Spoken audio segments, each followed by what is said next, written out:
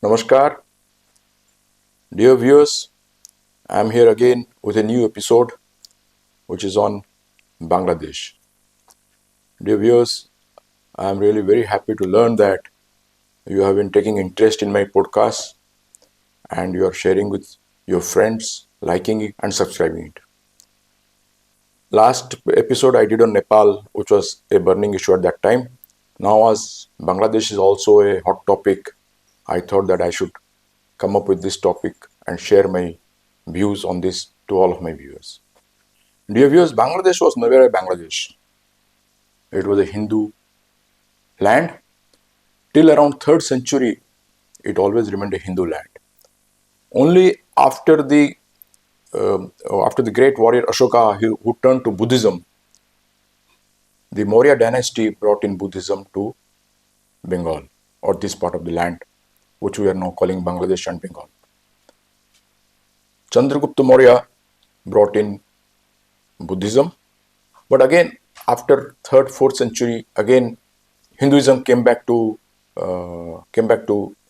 this land because of other emperors like Gupta kings and other kings. So since then, Hinduism and Buddhism coexisted in this land. This land means a land which is a delta land formed by Ganga and Brahmaputra. So the delta formed by the confluence of these two rivers, Ganga and Brahmaputra, or Padma and Yamuna, is the land on which we are talking today. Well, then Buddhism and Hinduism coexisted till around 11th century. But around 9th century, some Arab traders, around 1200 Arab traders came to this land. And since then, there has been little Islamization of this part of the country. But it is from the 11th century when the Islam rulers came, they started propagating the Islam religion and it started growing. But around 16th century, Mughals came. So Mughals, till 16th to 18th century, Mughals ruled this part of the country, and the eastern part of this land, which we today call as Bangladesh, became more Muslim majority part of the country, part of the land. Why? Because these Mughal rulers found that this is a very safe area, because on the eastern side was the jungles and the hills of Burma, Chittagong and the northeastern part of our country. In the eastern part, because of mighty rivers Ganga and Brahmaputra and the delta, they felt that others can't come to our land. They formed Dhaka as the capital, and Mughals kept on ruling this part of the land. Not only this, Mughals were ruling all over India, but they made Dhaka as the capital in this part of the land. During Aurangzeb, Britishers had already come to India, and Aurangzeb gave the trading rights to East India Company. Around 1658, Aurangzeb, who was ruling India, he also expanded this part of Bengal, and he went up to add Bihar, Odisha and Assam to this part of land. After this expansion, this land was called as Bengal Subba. He expanded this land, called it Bengal Subba, and also gave trading rights to Britishers, the East India Company. In 1757, a battle was fought between the East India Company and the Mughals.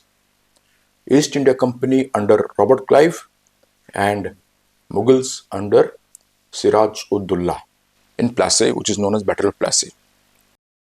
Siraj-ud-Dullah was the Nawab of Bengal. I think the last Nawab of Bengal. He and Robert Clive forces fought and the Mughals lost. After this, the Mughal dynasty almost collapsed in India, and the rise of Britishers or the East India Company over India took place. Charles Cornwallis became the Governor General of India in the year 1786 and was there up to 1793. During his time, he changed this Bengal Subba and started calling it as Bengal Presidency. So from Bengal Subba, Bengal Province, and now Bengal Presidency. As the land was having two major religions, in the eastern side was dominated by Muslims and the western side was dominated by Hindus, and Britishers always following the path of divine and rule. During the time of Viceroy Curzon in the year 1905, he divided Bengal into two. The eastern part with Muslim majority was called East Bengal. The western side with Hindu majority was called West Bengal. West Bengal, along with Bengal, had Bihar and Odisha, and East Bengal had Assam with it. So this was the division which took place in 1905 by Viceroy Curzon. But this didn't go well with the Bengalis of West Bengal, the Hindu majority. By that time, Indian National Congress also had become a major political party in India, and a lot of Bengali freedom fighters were part of this Indian National Congress, and they took up this cause and went for agitation, and there was a lot of turmoil. So this continued up to 1912, and during that time, even there were some moderate Muslim Bengalis, the famous being Nawab Salimullah. Nawab Salimullah in the year 1906, he formed the All India Muslim League. Due to this ongoing protest, in the year 1912, the British government again reunited Bengal. So the whole East and West reunited and formed the United Bengal, but Bihar and Odisha became a separate province and Assam became a separate state. This also led to leadership growing in both Indian National Congress and Muslim League, and the prominent leaders at that time were Sarat Chandra Bose, Chittaranjan Das, Salimullah, and another very important leader was Fazl ul Haq. These Muslim leaders are mostly moderates.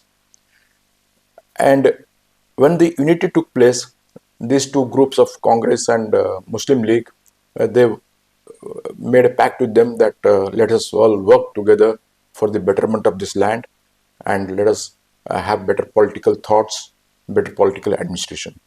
During this time, government of India under the British rule also passed an act called as Government of India Act, by which they were giving self-rule to all the provinces. So Fazl ul Haq, there was election, and under this election, it was a divided result, because International Congress, they won most of the seats in western side, and Muslim League won most of the seats in the eastern side, but none of them were able to form the government on their own. Fazl ul Haq asked Muslim League to support, they didn't support. He asked Indian National Congress to give support, they also didn't support. So he took the support of Forward Bloc. Forward Bloc, interestingly, is the party of our Netaji Subhash Chandra Bose. With the support of Forward Bloc and some other fringe parties, Fazl ul Haq became the first Prime Minister of United Bengal. His party's name was Krushak Praja Party. He brought in good reforms, good administration, everything he did.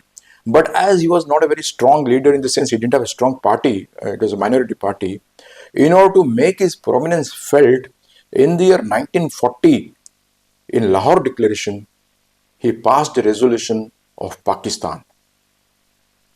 That is a separate state for Muslims. Till this time, although the concept of Pakistan was growing in both the western front and this eastern front, but a resolution was not passed. A resolution was passed in Lahore Declaration 1940 by Mr. Fazl ul Haq, because he wanted to establish himself as a very prominent leader of Muslim League. In the year 1946, again elections took place, and this time Muslim League came to power under the leadership of Hussain Shahid Suhrawardi. I think all Indians must have heard of this name, Suhrawardi. Hussain Shahid Suhrawardi, who was from the eastern side of the Bengal. So all my viewers must be thinking that he's a Bengali Muslim, but I'm telling you, he never knew how to speak Bengali, and became the Prime Minister in the year 1946. That is the time when the partition movement was going on very strongly, and it was taken up by Jinnah, Muhammad Ali Jinnah, who wanted, actually Muhammad Ali Jinnah was using Pakistan as a bargaining chip, but later on it became a reality. Although Congress was fighting against it, but it couldn't be stopped. There was a lot of massacres, murders, communal riots. So ultimately, in the year 1947, the partition took place. But before partition, Surawardi, being the Prime Minister of United Bengal, saw that they can't get Calcutta because Calcutta had a majority Hindus. So he knew that because the partition is going to take place on the basis of the religion, and the areas which are having majority of one religion, that area will go to them. So he decided to go for a massive Muslim uprising in Bengal. On 15th August 1946, he declared a direct action day. What he did on 15th August 1946, he transferred all the Hindu police officers in Calcutta to the barracks and placed them with Muslim police officers, and with a direct instruction that no FIR has to be taken. After that, there was mayhem, massacre, bloodshed, bloodbath. All the Muslim gundas, ruffians, hooligans were asked, given free hand, to go and loot, kill, murder, butcher, rape, whatnot you can do to these to males, females, children, do it. For 2 days, there was so much of massacre in Calcutta that the whole streets were lying with corpses. There was no one to rescue them. After 2 days, one person called Gopal Chandra Mukhopadhyay, who owned a meat shop and was popularly called as Gopal Patha. In Bengali, it seems those who own meat shops are called Pathas, so he was called Gopal Patha, and nephew of another freedom fighter, Anukur Mukhopadhyay. He realized that if we will not fight back, we will all be perished. He united all Hindus, and the Sikhs also joined them. So from third day, the Hindus and Sikhs unitedly fought against Muslims and butchered as many Muslims as many Hindus were killed. This went for another 2 days. Seeing this force of Hindus, Surawardi stopped the action and said, let's have peace. Peace was restored, but his aim was to bring in anarchy and to show to Britishers that how powerful and mighty they are.